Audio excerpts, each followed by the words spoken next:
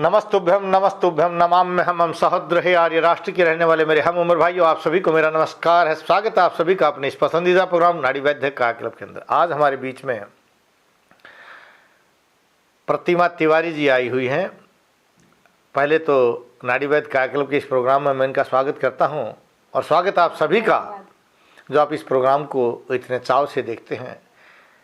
तो आज प्रतिमा जी से ही बात करते हैं कि वो किस तरह से आपके द्वारा पूछे गए सवालों का हम पर बौछार करती हैं और हम आपके प्रत्येक सवाल का जवाब देंगे। कमेंट्स नहीं डाल चुके हैं तो आप कमेंट्स डालिए। आपके डाले गए हर कमेंट्स का जवाब सप्ताह के प्रत्येक रविवार, सोमवार और मंगलवार को अवश्य मिलेगा। तो अपने इन 3 दिनों को अवश्य ध्यान में रखिए और आपके द्वारा पूछे गए प्रत्येक कमेंट्स का जवाब आपको मिलेगा। तो प्रतिमा तिवारी जी से कहते हैं कि वो आपके द्वारा पूछे गए सभी सवालों के जवाब अगर पूछना चाहती हैं तो पूछ सकते हैं। बहुत बहुत धन्यवाद सर। तो सर, पहला सवाल यूट्यूब से हमें मिला है पवन कुमार जी का। इन्होंने ये पूछा है कि मैरिज होने के बाद क्या हाइट बढ़ सकती है, इससे क्या लेना देना है हमारी मैरिड लाइफ का? कृपया इसको थोड़ा विस्तार पूर्वक हमें बताएं। सबसे पहले तो लोगों में यही भ्रांति है कि हाइट बढ़ सकती है या नहीं बढ़ सकती है। शास्त्रों में लिखा हुआ है, रसात रक्तम ततो मांस मांसान है वेदस ततो अस्थि अस्थनो मज्जा मज्जात शुक्रम शुक्रात गर्भम पर जाते। जो खाते हैं उससे रस बनता है, रस से रक्त मांस मेद अस्थि और हड्डियों का जब बनती है तो आपकी हाइट बढ़ती है। और यह भी स्पष्ट लिखा है 50 वर्ष की अवस्था तक हमारी धातुओं का निर्माण होता है। लेकिन शादी के बाद चिंताएं हो जाती हैं, वर्कलोड बढ़ जाता है, शुक्र धातु का क्षय हो जाता है और शुक्र धातु को विशेष माना गया है ओज का रूप। इस वीर्य को ओज का रूप माना जाता है, इसको हाइट बढ़ाने का कारक माना जाता है, या यूँ कहिए कि प्रत्येक शरीर के रोग को नष्ट करने की पावर को ही ओज कहा गया है, जिसको आज का साइंटिस्ट कहता है ओज अक्षय, रोग प्रतिरोधक अक्षमता, इम्यून सिस्टम। ये इम्यून सिस्टम ही शुक्र है, शुक्र धातु है, वीर्य धातु है। और शादी के बाद इस शुक्र धातु का अक्षय हो जाता है सोचने से, काम के दबाव से, है ब्रह्मचर्य का पालन न करने से। और जब शुक्र आपका खत्म हो जाएगा, रोग से लड़ने की ताकत ही आपके अंदर कम होती चली जाएगी, तो हम आपकी हाइट को बढ़ाने में कई बार असफल हो जाते हैं। इसलिए मैं बार बार अपने प्रोग्राम में कहता हूं कि मैं एक ही महीने की दवाई देता हूं और उसी में तकरीबन 99% लोगों की हाइट बढ़ जाती है। 1 इंच से लेकर के 5-6 इंच तक हाइट बढ़ी है। और अनमैरिड महिलाएं चाहे वो 35 वर्ष की हो गई हैं, काफ़ी थुलथुल और मोटी भी हो गई हैं, उन भी महिलाओं की हाइट बढ़ जाती है। लेकिन अगर मेरी दवा के लेने से हाइट नहीं बढ़ती तो हम कहते हैं हाइट बढ़ ही नहीं सकती है, क्योंकि अगर बढ़ने का कोई इंतज़ाम था, कोई कारण था, कोई कारक था जिससे आपकी हाइट बढ़ती, उस कारक को, उस कारण को आयुर्वेद के वेता के रूप में मैं जानता हूं कि जो इलाज मैं कर रहा हूं उससे अधिक कोई इलाज नहीं कर सकता। जैसा मेरे शास्त्रों में लिखा हुआ है, यथा शास्त्रेषु निर्णीतम तथा व्याधि चिकित्सितम, जैसा शास्त्रों में कहा गया है वैसा ही मैं व्याधि की चिकित्सा करता हूँ और उसी मनोभाव से मैं इलाज करता हूँ। और जब उसी मनोभाव से मैं इलाज कर रहा हूँ तो आपका इलाज अगर संभव नहीं है तो शास्त्र कहते हैं यथा शास्त्रेषु निर्णीतम तथा व्याधि चिकित्सितम न समम याति यो व्याधि स व्याधि कर्मजो बुद्ध है। ऐसा करने के पश्चात, यानी मेरे दवा देने के पश्चात भी अगर आपकी हाइट नहीं बढ़ती है, इसका मतलब यह कर्मज व्याधि है। और कर्मज व्याधियों को दूर करने के लिए जन्म जन्मांतर कृतम पापम व्याधि रूपेण अबाधते तस्य शांति जप तप होम सुरा अर्चन, उसकी शांति के लिए जप तप होम और देवताओं की पूजा और अर्चना करनी चाहिए। और मेरे अनुसार आपके देवता आपके माता पिता हैं जिन्होंने आपको जन्म दिया है, आप मेरे अनुसार आपके देवता आपके रिश्तेदार हैं जिन्होंने आपको समय समय पर आशीष दिया है, और आपके गुरुजन हैं जिन्होंने आपको पढ़ने लिखने के लायक बनाया। ये सभी लोग आपके देव हैं। आपको इन देवों की सेवा करनी चाहिए, इनको सांत्वना देनी चाहिए, इनकी सेवा शुश्रूषा करके आशीर्वाद प्राप्त करना चाहिए, तो आपके शरीर का प्रत्येक रोग ठीक हो जाता है। इसलिए मैं कहता हूँ कि जन्म के पश्चात होने वाले किसी भी रोग को ठीक किया जा सकता है। और रही बात हाइट बढ़ाने की, आप रोजाना सुबह सुबह दही पी करके 1 किलोमीटर की रेस लगा लीजिए, उससे भी आपकी हाइट बढ़ जाती है। या जो सफ़ेदा होता है, सफ़ेदे के पत्तों के पानी से रोजाना अपने तलवों पर मसाज कीजिए, उससे भी आपकी हाइट बढ़ जाती है। अच्छा घी दूध खाने से भी हाइट बढ़ जाती है, मन को खुश रखने से भी हाइट बढ़ जाती है। और सुबह सुबह पहले पेट पूजा बाद में कामदूजा, सुबह सुबह आपको भरपेट भोजन कर लेना चाहिए। जो व्यक्ति सुबह सुबह भरपेट भोजन करता है और भोजन में दही का प्रयोग कर लेता है, उसकी हाइट और उसका डिप्रेशन कभी भी, उसको डिप्रेशन जो है उसको छू नहीं सकता, और उसकी हाइट कभी भी छोटी नहीं रह सकती। वह लंबा, तगड़ा और विद्वान भी होगा। ये मेरा 35 वर्ष का अनुभव कहता है। आप भी इसको प्रयोग कर सकते हैं और अपने रोगों का सही कारण जान करके आप अधिक जानकारी के लिए टीवी स्क्रीन के नीचे जो नंबर है, आप किसी भी नंबर पर फ़ोन करके कांटेक्ट कर सकते हैं। मैं आपसे फ़ोन करूंगा। आपके रोग का सही कारण जान करके आपकी औषधि को घर भी भेजा जा सकता है। आपकी औषधि कोरियर से भी घर आ सकती है, नहीं तो मेरे औषधालय पर भी आकर के आप दवाई को प्राप्त कर सकते हैं। तो पवन जी, जैसा कि सर ने बताया, अब आपको जानकारी मिल चुकी होगी। दूसरा क्वेश्चन लेते हैं सर। एसएससी जी पूछते हैं कि मैं खाना ज़्यादा खाता हूँ, मुझे भूख ज़्यादा लगती है, मुझे वज़न उठाते ही, मैं हल्का सा भी वज़न उठाता हूँ तो बहुत ज़्यादा थक जाता हूँ, मुझे क्या करना चाहिए, सलाह दें।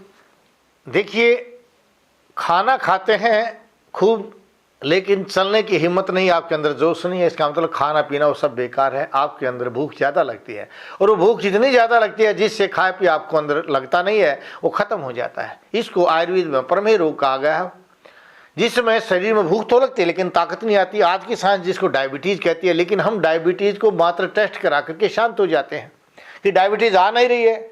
और जब डायबिटीज़ जब तक नहीं आएगा, लोग कहेंगे ये शुगर होगा, और जब तक शुगर उनके टेस्ट में नहीं आएगा वो उसका इलाज नहीं करेंगे।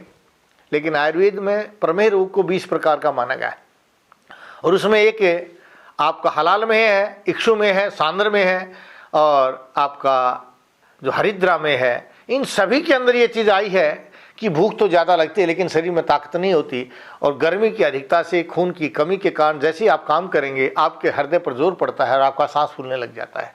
ऐसी अवस्था में आप दिन में 2-3 बार जो गन्ने होते हैं, गन्ने का रस पी लीजिए। गन्ने आपको ताज़ा नहीं मिलते हैं तो आप पानी में खांड डाल करके पी लीजिए। घी का प्रयोग कीजिए। सुबह भोजन 9 बजे से पहले कर लीजिए, शाम का भोजन 4 बजे के बाद कर लीजिए। इस तरह से अगर आप भोजन के बीच में पानी पीते हैं, मुहुर्मुहु वारम वारम जिह्वाम प्रक्षालनम कृत्वा भोजनम करितव्यम, अगर आप बार बार जिह्वा को धोते हुए, मुख को साफ करते हुए घूंट घूंट करके पानी पीते हैं, तो इस तरह से भोजन के बीच में पिया गया पानी अमृत का काम करेगा, जो आपके पेट को साफ करेगा, झाइयाँ नहीं आने देगा, झुर्रियाँ नहीं होने देगा, पथरी नहीं बनेगी, गर्मी नहीं बढ़ेगी, और गर्मी नहीं बढ़ेगी तो खून गाढ़ा नहीं होगा, आपकी नसें सिकुड़ेंगी नहीं, नसें नहीं सिकुड़ेंगी, खून गाढ़ा नहीं होगा, तो हृदय पर जोर नहीं पड़ेगा, और हृदय पर जोर नहीं आएगा तो आप चलने में या काम करने में सांस नहीं फूल सकता। लेकिन लोग क्या करते हैं, एलोपैथी वाले डॉक्टर या खून को पतला करने की दवाई दे देते हैं। आपका शरीर गाढ़ा खून बना रहा है, दवाई से आप खून को पतला बना रहे हैं, शरीर में कहीं न कहीं विकृति होकर के एक दिन आपको ज़रूर हार्ट अटैक होगा, या पैरालाइज होगा, या ब्रेन हेमरेज होगा, क्योंकि हमने आपके रोग के कारण को दूर नहीं किया। आयुर्वेद कहता है पथ्य सेविन है किम भेषजम, अपथ्य सेविन है किम भेषजम। अगर आप परहेज से रहेंगे तो औषधि की आवश्यकता नहीं है, और अगर आप बदपरहेजी करेंगे तो कोई औषधि काम नहीं करेगी। इसलिए परहेज बहुत जरूरी है। और यहाँ भी भाई साहब आपको चाय छोड़नी पड़ेगी। चाय का प्रयोग बिल्कुल बंद कर दीजिए। खाली पेट फल फ्रूट, दूध और गर्म पानी नहीं पीना है। सुबह सुबह जो आप लोग करेला वगैरह का प्रयोग करते हैं, बहुत से लोग जो हैं ग्वार पाठे का प्रयोग करते हैं, ये सब कषाय रस है। कषाय रस शरीर में और कमजोरी पैदा करता है। अगर आप इस तरह से इन कषाय रस का या सुबह सुबह चाय का, कॉफ़ी का प्रयोग करेंगे तो नपुंसकता भी आपके शरीर में आ सकती है। इसलिए इससे बचने के लिए पहले पेट पूजा बाद में कामदूजा, पहले भरपेट भोजन कर लीजिए, और भोजन में दही और घी का प्रयोग अवश्य होना चाहिए। सनेन मधुरम आहारम अमृतुल्यम वर्तते, जिस भोजन में घी होता है, मीठा होता है, उसको अमृत कहा गया है। लेकिन आजकल मेडिकल साइंस वाले आपको अलग अलग नामों से डरा रहे हैं। कोई कहता है विटामिन डी कम हो गया, कोई कहता है के कम हो गया, कोई सी को कम बता करके उसके नाम की पिल्स आपको खिलाई जा रही हैं। लेकिन मैं आपसे पूछता हूँ, छोटे से बच्चे की आंत अच्छी होती है, आंत के मजबूत होने से दूध मात्र से सारे विटामिन बन रहे हैं, पूरे शरीर का विकास हो रहा है, तो बाद में ये विटामिन क्यों नहीं बनते? क्योंकि हमारी आंतें कमज़ोर हो गई हैं। अगर आप अपने इंटेस्टाइन सिस्टम को मजबूत कर लेते हैं तो आपके शरीर में कोई भी रोग नहीं आ सकता। और इंटेस्टाइन को मजबूत करने के लिए भोजन लिक्विड के रूप में होना चाहिए, ड्राइड फ्राइड नहीं होना चाहिए, अच्छा घी होना चाहिए, और समय पर भोजन होना चाहिए। और 5 किलो गेहूं में 2 किलो चना और 1 किलो जौ डाल करके मोटे आटे की रोटी खाइए। उस मोटे आटे की रोटी का प्रयोग करने से साथ में सेंधा नमक होना चाहिए, और घी का अगर आप प्रयोग करेंगे तो कभी कब्ज नहीं होगा, पेट साफ हो जाएगा, ताकत आ जाएगी, एनर्जी आ जाएगी, सांस नहीं फूलेगा, और न ज़्यादा भूख लगेगी न कम लगेगी। शरीर में बैलेंस बनेगा और शरीर में विकास भी पूरा होगा। उम्मीद है आपको अपना जवाब मिल गया होगा। दूसरा सवाल लेते हैं सर, नोनू जी का। ये कह रहे हैं कि वैद्य जी, माइग्रेन का बहुत ज़्यादा दर्द रहता है, कोई मुझे सटीक उपाय बताएं। ये अजमेर से इनका सवाल है सर। हाँ, देखिए, राजस्थान के अंदर तकरीबन बहुत से लोग आते हैं जिनको श्वास की बीमारी है, जिनको माइग्रेन की बीमारी है, जिनको सर्वाइकल की बीमारी है, और आजकल ही राजस्थान के लोगों को बहुत ज़्यादा अल्सरेटिव कोलाइटिस भी हो रहा है, हाइटिस हर्निया भी हो रहा है। कारण तो मैं समझ नहीं पाया कि वजह क्या है, लेकिन मैं इतना समझता हूँ शायद आप पानी का कम प्रयोग करते हैं। आप लोगों को दिन में कम से कम भी 4 लीटर पानी पीना चाहिए, और भोजन के बीच में अवश्य ही पानी पीना चाहिए। मुहुर्मुहु वारं वारं वा जिह्वां प्रक्षालनं कृत्वा भोजनं करितव्यम्। बार बार घूट घूट करके पानी पीने से जो है वह पानी लिक्विड के रूप में अंदर जाएगा, और उस लिक्विड के रूप से जाने से जब पक्वाशय तक भोजन पहुंच जाएगा, मल द्वार के द्वारा बाहर निकल जाएगा, गैस नहीं बनेगी। जब यह गैस बन करके आपके सिर में जाती है तो इसको माइग्रेन कहते हैं, और गैस बनकर गर्दन में आती है इसको सर्वाइकल कहते हैं, और यही गैस अगर आपकी कमर में आ जाता है तो इसको हम डिस्क की प्रॉब्लम बोलते हैं। गैस ही नहीं बनेगी, ना नौमन तेल होगा, ना राधा नाचेगी, आपके अंदर गैस ही नहीं बनेगी तो माइग्रेन कहाँ से होगा। अब एलोपैथी वाले क्या कहते हैं, माइग्रेन हो गया, पेन किलर ले लीजिए। आपको दर्द की दवाई दे दी, कुछ टाइम बाद गैस अपने आप धीरे धीरे खत्म हो जाती है और आपको लगता है रिलीफ मिलेगा। लेकिन उसका कारण क्या हुआ, आगे चल कर के या तो ब्रेन में ट्यूमर बन गया या ब्रेन हेमरेज हो गया, क्योंकि हमने गैस के बनने को कम नहीं किया। गैस लगातार बनती चली गई। वहाँ हमने अनाल जैसी दवाओं का प्रयोग किया, जो खाली नशे की दवाइयाँ होती हैं उनका हमने प्रयोग किया। शरीर और कमज़ोर हो गया, इंटेस्टाइन सिस्टम और कमज़ोर हो गया, और इंटेस्टाइन सिस्टम के कमज़ोर होने से, आंतें कमज़ोर होने से गैस की मात्रा बढ़ती चली गई, और इस बढ़ी हुई गैस की मात्रा जब हार्ट पर आ जाती है तो हार्ट अटैक का कारण बन जाती है। ये बढ़ी हुई गैस की मात्रा दिमाग में चली जाती है तो नस को फाड़ देती है, जिसको ब्रेन हेमरेज बोलते हैं, और नस को फुला देती है तो उसको ब्रेन का ट्यूमर बोल देते हैं। सभी कारण तो गैस का है, और गैस को दूर करने का सबसे सरल तरीका है कि भोजन के साथ अच्छे सलाद का प्रयोग कीजिए। भोजन सुबह 9 बजे से पहले कर लीजिए। शाम का भोजन 4 बजे के बाद, चाहे रात्रि 12 बजे कीजिए। फिर भी लगता है आपको गैस बनती है तो पानी के अंदर थोड़ा सा कोसा गर्म पानी ले लीजिए, उसमें आधा नींबू निचोड़ करके 2 टूक भोजन का 1 घूंट पानी का, इस तरह से आप भोजन के बीच में पानी पी लीजिए। या फिर लवण भास के चूर्ण को भोजन के तुरंत पहले और बीच में ले लीजिए, या पंचकार चूर्ण को रात्रि में सोते समय गर्म पानी से ले लीजिए, उससे भी, या आविपत्ति कर चूर्ण को रात को दूध के साथ ले लीजिए। क्योंकि हमारा मुख्य उद्देश्य है सर्वेषाम रोगाणाम निदानम कुपिता मलः, सब प्रकार के रोगों का मूल कारण जो आपके मल है, और मलों को साफ करने के लिए, सभी प्रकार के रोगों का कारण मल है, और मलों को साफ करने के लिए आपका पेट साफ होना बहुत जरूरी है। पेट साफ करने के लिए वात, पित्त और कफ प्रकृति का जानना बहुत जरूरी है। और जब वात, पित्त और कफ प्रकृति को आप जान लेते हैं तो कफज प्रकृति वाले व्यक्ति को आप बादाम के तेल से भी पेट साफ करा सकते हैं, और अगर पित्तज प्रकृति का व्यक्ति है तो उससे अविपत्ति कर चूर्ण देकर के पेट साफ करा सकते हैं, और अगर वातज प्रकृति का व्यक्ति है उसको आप कास्ट्राइल से भी पेट साफ करा सकते हैं। यानी पेट साफ, प्रकृति जान करके ही पेट साफ करना चाहिए। इसलिए मैं बार बार कहता हूँ, एक बार अपनी नाड़ी दिखा लीजिए। टीवी स्क्रीन के नीचे जो आप नंबर देख रहे हैं ना, किसी भी नंबर पर फोन करके आप अपॉइंटमेंट ले लीजिए। हम आपके रोग का सही कारण जान करके आपके रोग को सदा के लिए रोग मुक्त बनाने के लिए आपके शरीर को, और मेरा तो उद्देश्य ये है कि जिस तरह से हमारे पूर्वजों ने इस देश से अंग्रेजों को भगाया है, हम अंग्रेजी दवाओं को पूरे विश्व से बाहर करेंगे। क्योंकि जब तक आप आयुर्वेद को सही रूप से प्रयोग नहीं करेंगे, सदा स्वस्थ नहीं रह सकते। अंग्रेजी दवाओं का प्रयोग करके कुछ समय तक बीमारियों को दबाया तो जा सकता है, लेकिन सदा रोग से मुक्त नहीं हुआ सकता। आपने माइग्रेन का इलाज किया, मैंने बताया माइग्रेन का अंग्रेजी दवाओं में इलाज करते करते ब्रेन ट्यूमर हो जाता है, ब्रेन हेमरेज हो जाता है, पैरालाइज हो जाता है, अटैक पड़ जाता है, सर्वाइकल बढ़ जाता है, याददाश्त चली जाती है, आप मूर्छा में चले जाते हैं। तो इस तरह से आप हमेशा इस चीज़ों से बचिए, आयुर्वेद का प्रयोग कीजिए। और नहीं तो कोई भी अगर आपको रोग है, घरेलू जानने के लिए, घरेलू इलाज जानने के लिए कमेंट्स कीजिए। मैं आपके प्रत्येक कमेंट्स का जवाब सही दूंगा, क्योंकि मेरा 35 वर्ष का अनुभव है, और मैं जो आपको बता रहा हूँ वो ठीक इलाज है मेरा। सर, मुकेश जी ने आपको बहुत बहुत धन्यवाद दिया। उन्होंने बोला है कि आपने ये बहुत अच्छे से परिभाषित किया है, आपने बहुत अच्छा इनको एक मार्गदर्शन दिया है। सर, एक और सवाल आता है मुकेश जी का। ये कहते हैं कि पाइल्स में किस किस चीज़ का सेवन करना चाहिए और क्या क्या परहेज करना चाहिए, इसको थोड़ा विस्तार पूर्वक बताएं। देखिए रुपेश जी, सबसे बड़ी बात तो ये है कि हमें ये पता होना चाहिए कि पाइल्स बनती क्यों है। आज मैं देखता हूँ पाइल्स का सबसे बड़ा कारण है जो आज सुबह सुबह आप उठते ही गरम गरम चाय, कॉफ़ी या दूध या फलों का प्रयोग या जूस का प्रयोग करते हैं, ये सबसे बड़ा पाइल्स का कारण है। दूसरा, आप जो ड्राई फ्रूट्स खाते हैं ये भी आपका सबसे बड़ा कब्ज का कारण है। तीसरा, जो आप घी का प्रयोग नहीं करते, रुक्ष अन्न का प्रयोग करते हैं, ये भी बवासीर का कारण है। और चौथा, बैठा रहना, मेहनत नहीं करना, सारे दिन गद्देदार चीज़ पर बैठे रहने से गर्मी बढ़ जाती है, वो भी पाइल्स का कारण होता है।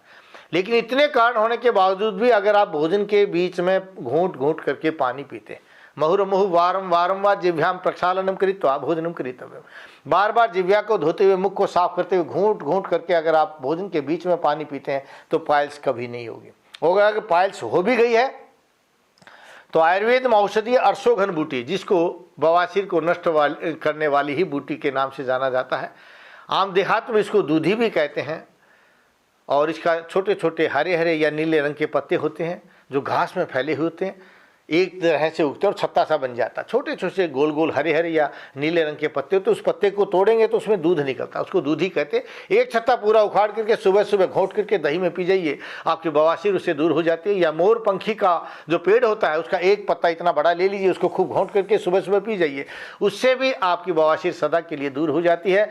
नहीं तो आधा नींबू काट करके रख दीजिए और एक कत्था, जो पान वाले पान पर कत्था रखते हैं ना, उतना कत्था उसे नींबू के ऊपर लगा दीजिए, रात भर उसको रख करके सुबह सुबह उस नींबू के रस को चूस जाइए खाली पेट, वह भी आपकी बवासीर को दूर कर देता है। अगर अंदर घाव हो गया, डॉक्टर ने कहा कि भगंदर बन चुका है, फिस्टुला बन चुका है, अंदर के घाव को ठीक करने के लिए तो आपको आयुर्वेद की शरण में आना पड़ेगा, यानी हमारी शरण में आना पड़ेगा। हम ऐसी औषध देंगे जो अंदर से रोग से लड़ने की ताकत पैदा करता हुआ धीरे धीरे अंदर से घाव को भरता आ जाएगा, और सदा के लिए आप बवासीर, पाइल्स, भगंदर के इस महान और गंदे रोग से आप बच जाएंगे। क्योंकि प्रत्येक महिला आज बवासीर की रोगी हो गई, क्योंकि जब बच्चा पैदा होता है इनको घी बंद कर दिया जाता है, घी इनको खाने को नहीं दिया जाता। और पुरानी जो महिलाएं हैं वो इनके लिए गूंद डालती हैं, उसमें ड्राई फ्रूट्स डाल देती हैं। गूंद में ड्राई फ्रूट कभी नहीं डालना चाहिए।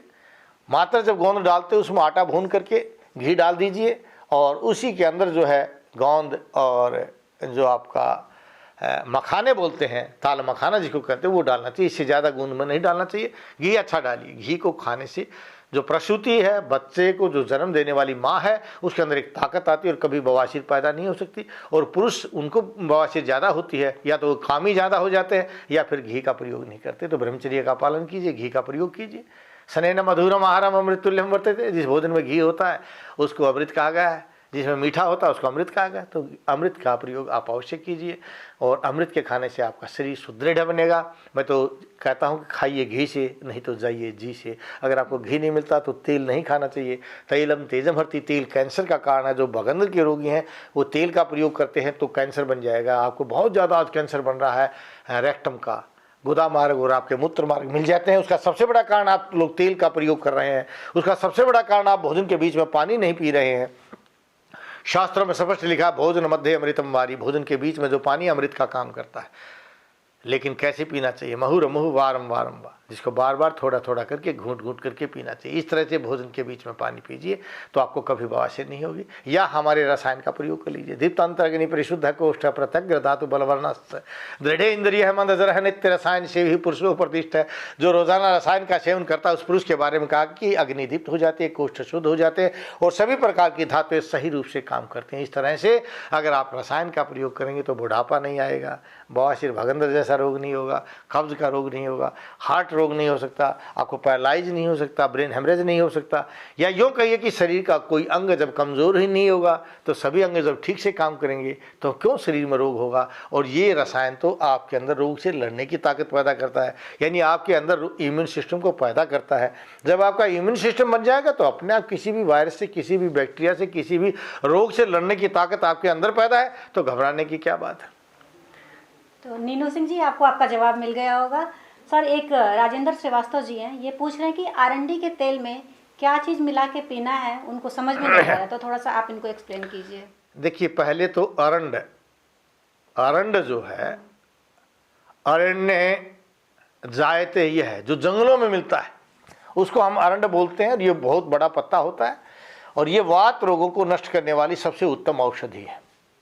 और वात रोगों में भी पेट साफ करने के लिए इससे उत्तम औषधि नहीं है। इसलिए जब महिलाओं के गर्भ में बच्चा होता है, पेट में बच्चा होता है, उस समय भी और अंतिम समय पर जब डिलीवरी का टाइम होता है, वहाँ कंसूले लगते हैं, दर्द बनता है लेकिन बच्चा बाहर नहीं आता। ऐसी अवस्था में भी कास्टर ऑयल को दूध में डालकर पिलाया जाता है। कास्टर ऑयल को अगर आपने पेट साफ करने के लिए पीना है तो हमेशा दूध में डाल करके पीजिए। दूध कोसा गर्म होना चाहिए, ठंडा नहीं होना चाहिए। कोसे गर्म दूध में प्रयोग करना चाहिए। इसको रात को भी ले सकते हैं, नहीं तो सुबह सुबह खाली पेट कास्टर ऑयल को दूध के अंदर प्रयोग करना चाहिए और ये आपके पेट को साफ करने के काम आता है। ये लघु है, बड़ा हल्का होता है, कोई मरोड़ा और ऐंठन नहीं बनाता है, पेट को साफ कर देता है। और कास्टर ऑयल का अगर जैसे हम आयुर्वेद में गोलियां बनाते हैं, जितने भी गूगल की गोलियां हैं तो उन सबको मैं कास्टर ऑयल डाल करके ही या कास्टर ऑयल लगा करके उन गोलियों का निर्माण किया जाता है, जिससे वो वात को नष्ट करने में आपका काम करेंगे। जितना आप कास्टर ऑयल का, क्योंकि कास्टर ऑयल तो समझिए जो मनुष्य है, इन मनुष्यों को वायु से सबसे ज़्यादा खतरा, वात रोगों से मनुष्य मरता है और हाथी जो है कफ रोग से मरता है, घोड़ा पित्त रोग से मरता है। तो वात रोग जो पुरुष चाहते हैं भाई दीर्घायु बन जाएं या योगियों की तरह से बहुत वर्षों तक जीना चाहते हैं, तो आप रोज़ाना कास्टर ऑयल का प्रयोग दूध के साथ प्रयोग कर सकते हैं। तो उससे कास्टर ऑयल का कोई नुकसान नहीं होता, कोई समय सीमा नहीं होती। पेट साफ करना तो कभी भी चाहिए, जब चाहें तब ले सकते हैं। लेकिन सबसे बड़ी बात है, जब आप पेट साफ करें तो अगले दिन हल्का भोजन करना चाहिए। हम पेट साफ करते हैं तुरंत परांठे खा जाते हैं, ब्रेड खा जाते हैं, ड्राइड फ्राइड खा जाते हैं। हमें पेट साफ करके हमेशा हल्का भोजन करना चाहिए। कई बार मैं देखता हूँ महिलाएं व्रत रखती हैं, अगले दिन जैसे आप मान लो जन्माष्टमी का व्रत रखा, सारा दिन आप बरती रही, अगले दिन आपने खोआ खा लिया। हैवी डाइट खा करके कोई आलू का खोआ बना रही है, कोई सिंघाड़े की बर्फियाँ बना करके खा रहे। ये सभी जब आप तल लेते हैं तो सभी चीज़ भारी हो जाती है। तो जब भी आप व्रत रखते हैं, उपवास रखते हैं, तो आपको हमेशा हल्का भोजन करना चाहिए। और उपवास में रखते समय आपको चाय नहीं पीनी चाहिए, दही का प्रयोग करके आपको उपवास करना चाहिए। जो भी महिला भले ही रोजाना व्रत रखिए, अगर व्रत में लेते ही दही का प्रयोग करते हैं, वो व्रत कभी नुकसान नहीं करे, उसको फायदा करेगा। क्योंकि तकरीबन महिलाओं में हड्डियां कमज़ोर हैं, तकरीबन महिलाओं में कैल्शियम कम है, विटामिन डी कम है, तकरीबन महिलाओं में गर्मी की अधिकता के कारण माइग्रेन है, तकरीबन महिलाओं में डिप्रेशन है, बाल झड़ रहे हैं। और फीडिंग कराने से बच्चों में दूध की कमी से विटामिन डी, कैल्शियम कम हो जाता है। इन सभी को एकमात्र दही पूरा करती है। इसलिए जो महिला, बच्चा, लड़की, लड़का जो भी दही का प्रयोग करेगा सुबह सुबह, उसकी हाइट भी लंबी जाएगी, बाल भी लंबे जाएंगे, सफ़ेद नहीं होंगे, चश्मे नहीं चढ़ेंगे, माहवारी की कोई बीमारी नहीं बनेगी। सभी समस्याओं का समाधान दही है।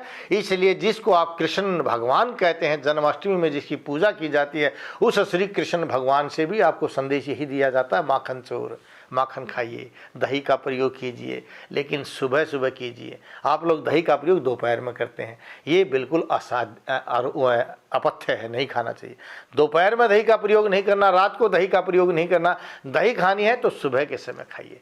इसलिए भगवान श्री कृष्ण को गोपालक भी कहा गया कि गाय के दूध की अगर दही हो और उस दही का मक्खन और दही हो तो आपके अंदर कोई रोग ही पैदा नहीं हो सकता। सर्वेषाम रोगाणाम निदानम कुपिता मलहा तत् प्रकोपस्य हेतु उपरोक्तम विविध अहितकारी भोजनम। विविध प्रकार के अहितकारी भोजन के प्रयोग करने से आपके शरीर में मल प्रकुपित हो जाते हैं और मलों के प्रकुपित होने से शरीर में रोग पैदा हो जाते हैं। इसलिए कहते हैं कि पहले पेट पूजा बाद में काम पूजा। इस तरह से अपने स्वास्थ्य को आप मेंटेन रखिए, ठीक रहिए, क्योंकि हमारा उद्देश्य आप स्वस्थ रहें, हमारा राष्ट्र स्वस्थ रहे और आपका पैसा जो अंग्रेजी दवाओं के माध्यम से विदेश में जा रहा है वो अपने राष्ट्र के काम आए। आप समृद्ध बने, खुशहाल बने, स्वस्थ बने। इसलिए ये प्रोग्राम हम रोज़ाना देते हैं। इसका आप ज़्यादा से ज़्यादा प्रचार करो, लोगों को बताइए, जिससे वे लोग घरेलू इलाज करके स्वस्थ रहें। सर, एक मेहरा जी हैं, ये पूछना चाहते हैं कि हाथी पाँव की बीमारी क्या जड़ से समाप्त हो सकती है? मैंने आपको बार बार कहा, जन्म के पश्चात होने वाले किसी भी रोग को समूल नष्ट किया जा सकता है। और अगर आपको इसमें संदेह रहता है तो आप 10 दिन मेरे पास आइए। मेरे यहाँ रोहतक में रुकने की व्यवस्था और गुड़गांव में भी मैंने आपकी व्यवस्था की है। आप गुड़गांव में भी रुक सकते हैं, रोहतक में भी रुक सकते हैं। 10 दिन के अंदर आपके पैरों की सूजन या शरीर में कहीं भी आपका शरीर का अंग मोटा हो गया है या सूजन बढ़ती जा रही है तो मैं आपको बड़ी आसानी से इस फाइलेरिया रोग से मुक्त कर सकता हूँ। अंग्रेजी दवाओं में इसको असाध्य माना गया है क्योंकि वे भोजन पर कंट्रोल नहीं करते और ये सबसे बड़ी भोजन की बीमारी है। जब आहार जन्य रोग है और आहार पर आपका कंट्रोल नहीं होगा तो कैसे कहेंगे कि आप इसको सदा के लिए मुक्त कर देंगे।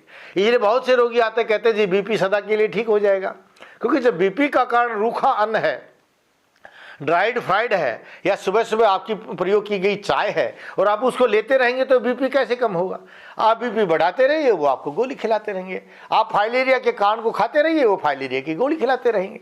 ऐसे ही आप देखिए उनके पास कोई हार्ट अटैक का इलाज नहीं है, क्योंकि हार्ट अटैक को दूर करने का सबसे सरल साधन है घी। उन्होंने घी बंद करा दिया। जब घी बंद हो गया, हार्ट कमजोर हो गया, तो आपको हार्ट अटैक में ही मरना है और हार्ट अटैक में ही आपकी मृत्यु होनी है।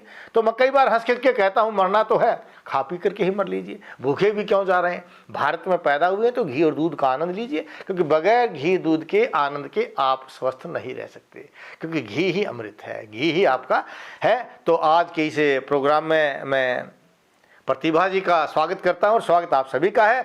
और गच्छामि पुनर्मिलनाय, जा रहे हैं दोबारा मिलने के लिए, इन्हीं भावों के साथ कि आप स्वस्थ रहें, अपने परिवारजनों को स्वस्थ रखें, भारतवर्ष को स्वस्थ रखें। जय भारत, जय भारती।